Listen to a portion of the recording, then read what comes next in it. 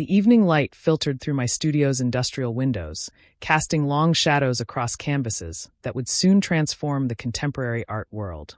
My latest piece, a massive mixed-media exploration of urban decay and renewal, dominated the center of the space.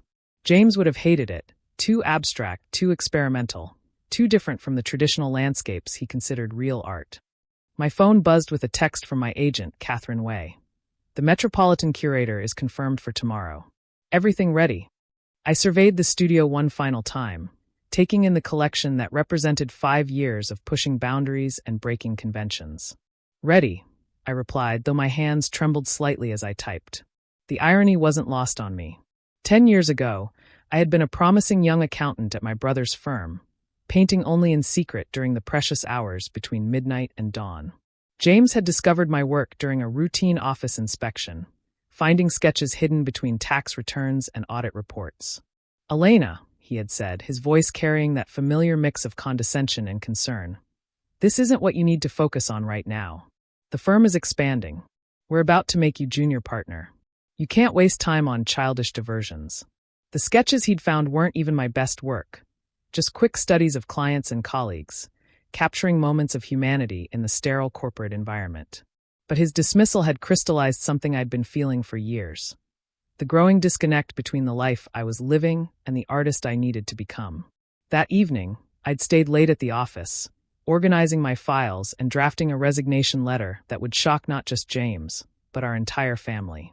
The Morrisons had been accountants for 3 generations. Art was something you appreciated at charity galas, not something you created. "You're throwing away everything we've built," James had argued when I handed him my resignation. "This firm is your legacy." "No," I'd corrected him quietly. "The firm is your legacy. I need to find my own." The following years had been a blur of small gallery shows, teaching jobs at local art schools, and endless hours in my studio. I'd sold my apartment, moving into a converted warehouse space that could accommodate larger works. My savings dwindled, then disappeared entirely. But something extraordinary was happening.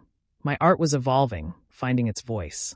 I began experimenting with unconventional materials, incorporating financial documents, corporate memoranda, and accounting ledgers into my paintings. The rigid structure of my former life became the foundation for works that explored themes of constraint and liberation. Critics began to take notice. My first major break came when the Chelsea Gallery featured my piece, Audit Trail, a massive installation that transformed corporate waste into a commentary on environmental destruction. The New York Times art critic called it a stunning debut from an artist who understands both worlds she inhabits: the structured realm of finance and the boundless territory of artistic expression. James had seen the review. He'd even attended the opening, standing awkwardly in his bespoke suit among the downtown art crowd. "It's interesting," he'd managed, clearly struggling to find something positive to say. "But can you make a living from this?" I hadn't answered. How could I explain that making a living wasn't the point? That the compulsion to create these works was as essential to me as breathing? Catherine discovered my work at that Chelsea show, immediately recognizing its potential. As my agent, she pushed me to think bigger, to explore themes that made even me uncomfortable. Under her guidance, my work began appearing in major collections. Prices climbed. Wait lists formed for new pieces. But it was my latest series that had caught the attention of the Metropolitan Museum of Art. Titled Calculated Risk, it consisted of 12 massive canvases that combined traditional painting techniques with digital elements and found objects from the financial world. Each piece explored a different aspect of modern capitalism's impact on human consciousness. The centerpiece, Derivative, incorporated actual trading algorithms into its structure, creating patterns that shifted subtly depending on the viewer's perspective. It was technically complex, emotionally raw, and utterly unlike anything I'd created before. Tomorrow, Sarah Chun, the Metropolitan's curator of contemporary art, would view the collection. The possibility of a museum acquisition had seemed impossible just a few years ago. Now it felt like standing on the edge of a precipice, preparing to leap into a new phase of my career. My phone buzzed again, another text from Catherine. "The Times wants to do a profile. They're interested in your transition from finance to fine art. Should I schedule it?" I hesitated, thinking about James and how this would affect our already strained relationship. We still saw each other at family events, maintaining a careful distance that felt more pronounced with each passing year. He never asked about my art anymore, and I never mentioned his firm's continued success. "Schedule it," I replied finally. The story needed to be told, not just for me, but for anyone else trapped between obligation and passion. That night, I worked late in the studio, making final adjustments to the lighting and placement of each piece. The collection would be viewed as a complete narrative, each work building on the themes of the previous one. It had to be perfect. As I stepped back to assess the overall effect, my eye caught a small sketch pinned to the wall, one of those early office drawings that James had discovered. I'd kept it as a reminder of where this journey began. The simple lines captured a moment of quiet desperation. A young accountant staring out a window, dreaming of something more. Tomorrow would determine whether that dream had been worth the cost. The Metropolitan's acquisition would mean more than just professional validation. It would represent a fundamental shift in how my work was perceived. No longer just contemporary art, but contemporary art history. I touched the sketch gently, remembering the fear and excitement of those early days. "Stick to your day job," James had said. But he hadn't understood that art wasn't a job. It was who I was, who I had always been. The studio grew quiet as night settled over the city. Through the windows, I could see the lights of office buildings where people like my former self sat working late, perhaps harboring dreams of their own. My art was for them too, a reminder that it's never too late to become who you're meant to be. The pieces were ready. The story they told was true. Tomorrow, Sarah Chen would either see that truth or she wouldn't. But regardless of her decision, I knew with absolute certainty that I had made the right choice 10 years ago. I was no longer Elena Morrison, accountant. I was Elena Morrison, artist. And tomorrow, the art world would understand exactly what that meant. Sarah Chen arrived precisely at 10 the next morning, her reputation for punctuality and exacting standards preceding her. She moved through my studio with measured steps, taking in each piece with the careful consideration that had made her one of the most respected curators in contemporary art. Catherine stood quietly in the background, allowing the curator to form her own impressions.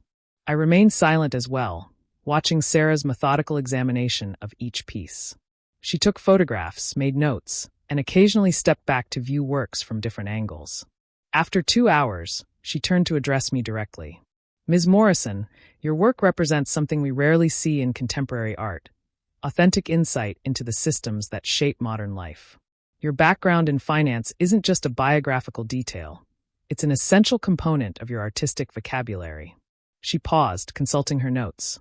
"The Metropolitan is interested in more than just acquiring individual pieces. We would like to discuss the possibility of establishing a dedicated wing for your complete calculated risk series, along with selected works from your earlier collections." The words took a moment to register. A dedicated wing at the Metropolitan Museum of Art was beyond anything I had imagined possible. Catherine's sharp intake of breath confirmed the magnitude of the opportunity. "Additionally," Sarah continued, "we would like to inaugurate the space with a retrospective of your journey from finance to fine art. The narrative of your transformation adds another dimension to the work that we believe will resonate deeply with our audience." The following months passed in a whirlwind of preparation. Each piece had to be carefully documented, preserved, and prepared for installation. The museum's architectural team worked to transform the designated space into an environment that would enhance the viewing experience while preserving the raw energy of the works. The New York Times profile appeared 2 weeks before the opening, featuring a full-page photograph of me in my studio alongside the headline. "From balance sheets to brushstrokes, Elena Morrison redefines contemporary art." The article traced my evolution from reluctant accountant to groundbreaking artist, including quotes from prominent critics and collectors who had championed my work. James called the day the article was published. "I saw the piece in the Times," he said, his voice carrying an unfamiliar note of uncertainty. "Elena, I had no idea." "No," I agreed quietly. "You didn't." A long silence followed. "The opening at the Metropolitan. Would it be all right if I attended?" The question caught me off guard. James hadn't attended any of my shows since that first awkward appearance at the Chelsea Gallery. "Yes," I found myself saying. "I'd like that." The evening of the opening arrived with the kind of perfect autumn weather that makes New York feel magical. The Metropolitan's facade glowed in the twilight as a steady stream of guests made their way up the grand entrance stairs. Inside, the art world's elite mingled with financial professionals who had been intrigued by the unusual intersection of their world with fine art. I stood with Catherine near the entrance to the new wing, greeting guests and accepting congratulations. Then I saw him, James, looking somewhat out of place despite his perfectly tailored tuxedo. He held a champagne glass loosely in one hand, staring at the sign that would soon be unveiled. "Elena," he said as I approached. "This is impressive."